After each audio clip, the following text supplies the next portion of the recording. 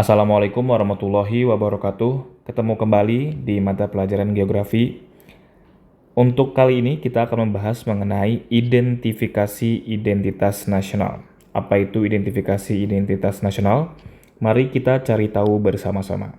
Oke, kita sudah tahu bahwa kita lahir di tanah Indonesia. Tanah Indonesia yang sangat luas, tepatnya kita lahir di Kepulauan Jawa atau mungkin ada yang dari daerah luar. Nah, sebetulnya kita juga sering juga ditanya atau mendapat pertanyaan, kita itu orang mana sih? Kita jawab orang Indonesia.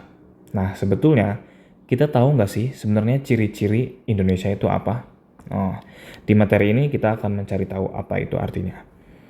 Oke, Indonesia adalah salah satu negara yang memiliki macam-macam identitas nasional yang menghaskan dan tentunya berbeda dengan negara-negara lain. Jadi, orang Indonesia pasti berbeda dengan orang Malaysia. Entah bahasanya, entah pakaiannya, atau apapun yang menjadi cirinya. Untuk itu, sebagai generasi muda itu generasi kita, generasi milenial, generasi muda Indonesia seharusnya sudah mengetahui apa itu identitas nasional bangsa kita. Kalau yang belum tahu, kita cari tahu bersama-sama. Namun, pada kenyataannya, masih banyak generasi muda Indonesia yang belum mengetahui tentang identitas nasional dan apa saja wujud dari identitas nasional bangsa Indonesia itu sendiri. Oke, kita mulai dari yang bahasan pertama, konsep identitas nasional.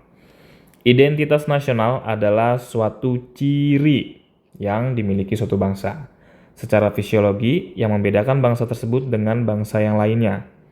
Identitas nasional pada dasarnya menunjuk pada identitas-identitas yang sifatnya nasional. Artinya bukan sifat kedaerahan, tapi sudah membicarakan ruang lingkup yang sangat luas, membicarakan ruang lingkup satu negara, yaitu negara Indonesia atau dalam hal ini kita sebut nasional. Dalam hal ini, identitas nasional dibagi menjadi dua, sifatnya menjadi dua. Yang pertama bersifat buatan, dan yang kedua bersifat sekunder. Sifatnya buatan karena identitas nasional dibuat dan dibentuk serta disepakati oleh warga Indonesia sebagai identitasnya setelah mereka mengalami kemerdekaan, setelah mereka bernegara, setelah mereka paham, setelah rakyat Indonesia paham untuk menjadi sebuah negara. Kita tahu Indonesia merdeka pada tahun 1945, tepatnya pada tanggal 17 Agustus tahun 1945. Nah, maka ketika negara itu sudah terbentuk, harus memiliki identitas masing-masing yang bisa membedakan antara identitas suatu negara dengan negara yang lainnya. Kalau bersifat sekunder, karena identitas nasional lahir belakangan bila dibandingkan dengan identitas kesukubangsaan yang memang telah dimiliki warga bangsa secara askriptif. Atau askriptif itu sudah ada tanda-tandanya atau sudah dihubung-hubungkan dengan yang sudah ada sebelumnya. Sebelum memiliki identitas nasional, bangsa telah memiliki identitas primer, yaitu identitas kesukubangsaan. Kalau ngomongin kesukubangsaan, itu bisa ngomongin fisiknya atau ngomongin segala bentuk yang mengikuti ciri-ciri suatu bangsa.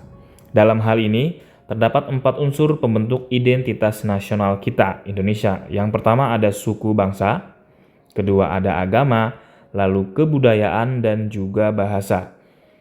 Dari unsur-unsur identitas nasional tersebut dapat dibagi menjadi 3 bagian sebagai berikut. Pertama, identitas fundamental.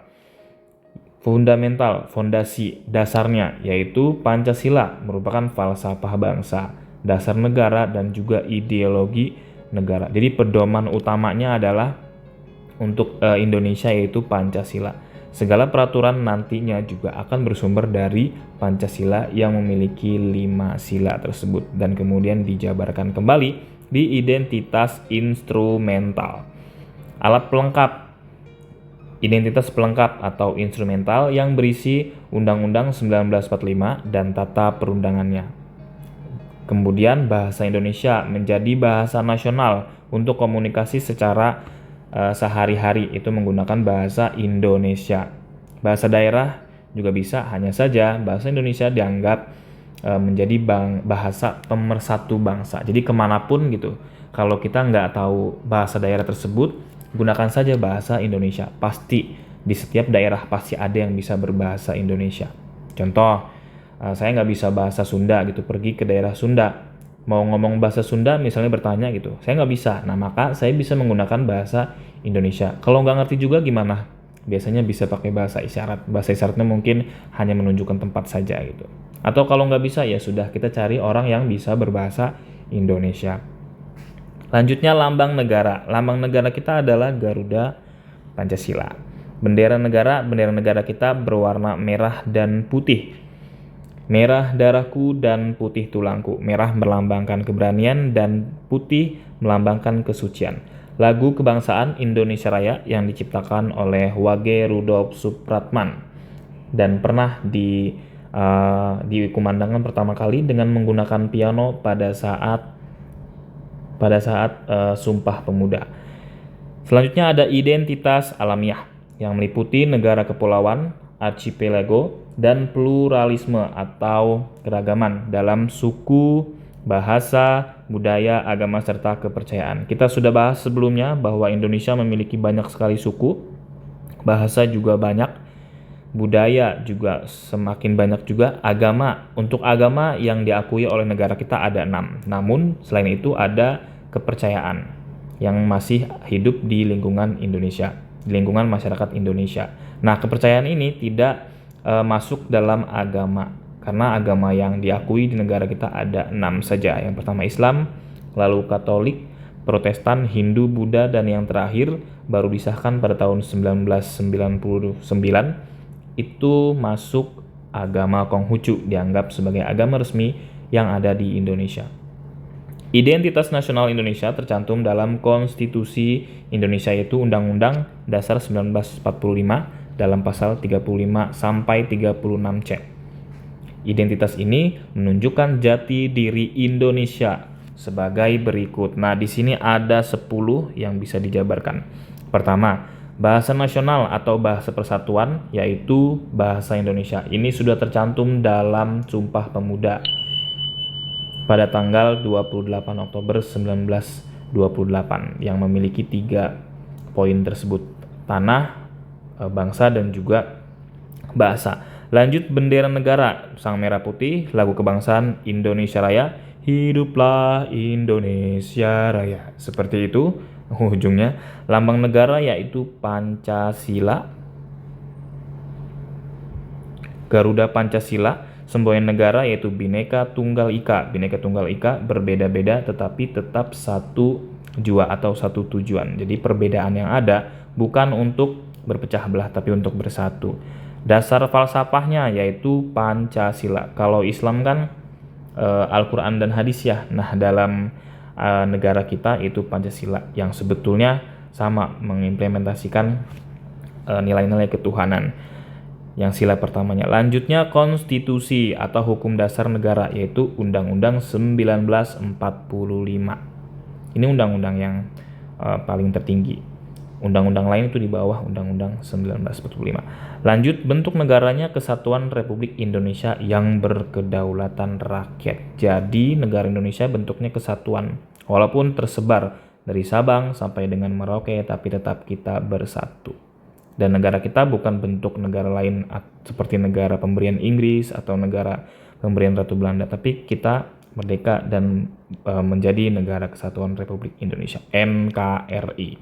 Kebudayaan daerah yang telah diterima sebagai kebudayaan nasional. Nah, kalau kebudayaan daerah yang telah diterima sebagai kebudayaan nasional itu biasanya awalnya adalah kebudayaan daerah yang kemudian dianggap sebagai identitas nasional. Seperti yang sudah kita bahas, itu ada batik, ada juga wayang. Lanjutnya konsepsi wawasan Nusantara. Apa sih wawasan Nusantara? Nah, kita lanjut di bagian wawasan Nusantara di poin kedua. Wawasan artinya pandangan, tinjauan, penglihatan, atau tanggap indrawi. Indrawi kalau dalam manusia itu ada indra peraba, indra penglihatan. Sedangkan Nusantara kita sudah sering mendengarnya, Nusantara. Nah, Nusantara itu artinya adalah perairan dan gugusan pulau-pulau yang terletak di antara Samudra Pasifik dan Samudra Indonesia, serta di antara benua Asia dan benua Australia. Jadi kalau ngomongin Nusantara itu bukan hanya pulau-pulau milik Indonesia.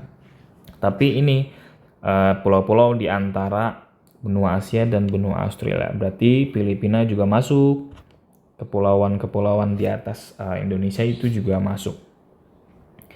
Wawasan ini merupakan penjabaran dari filsafat bangsa Indonesia sesuai dengan keadaan geografis suatu bangsa serta sejarah yang pernah dialaminya. Dengan demikian, wawasan Nusantara diartikan sebagai cara pandang bangsa Indonesia tentang diri dan lingkungannya berdasarkan ide nasionalnya yang dilandasi Pancasila dan Undang-Undang Dasar 1945, yang merupakan aspirasi bangsa yang merdeka. Indonesia adalah bangsa yang merdeka, berdaulat, bermartabat, serta menjiwai tata hidup dan tindak kebijaksanaannya dalam mencapai tujuan nasional. Nah, singkatnya, wawasan Nusantara ini adalah sebetulnya cara pandang atau pengetahuan atau wawasan dari warga negara Indonesia mengenai negaranya. Karena apa? Karena jika memang warga negara kita sudah mengenal Indonesia, identitas Indonesia seperti apa, sudah mengenal seluk-beluk Indonesia seperti apa, maka akan muncul sifat nasionalisme,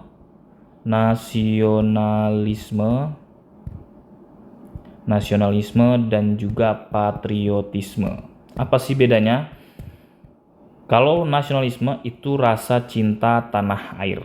Kalau patriotisme itu rela untuk berkorban, rela untuk mengeluarkan tenaganya apapun harganya untuk membela negara ini. Jadi ketika terjadi perang misalnya, maka rakyat Indonesia itu dengan jiwa patriotismenya siap membela apapun resikonya.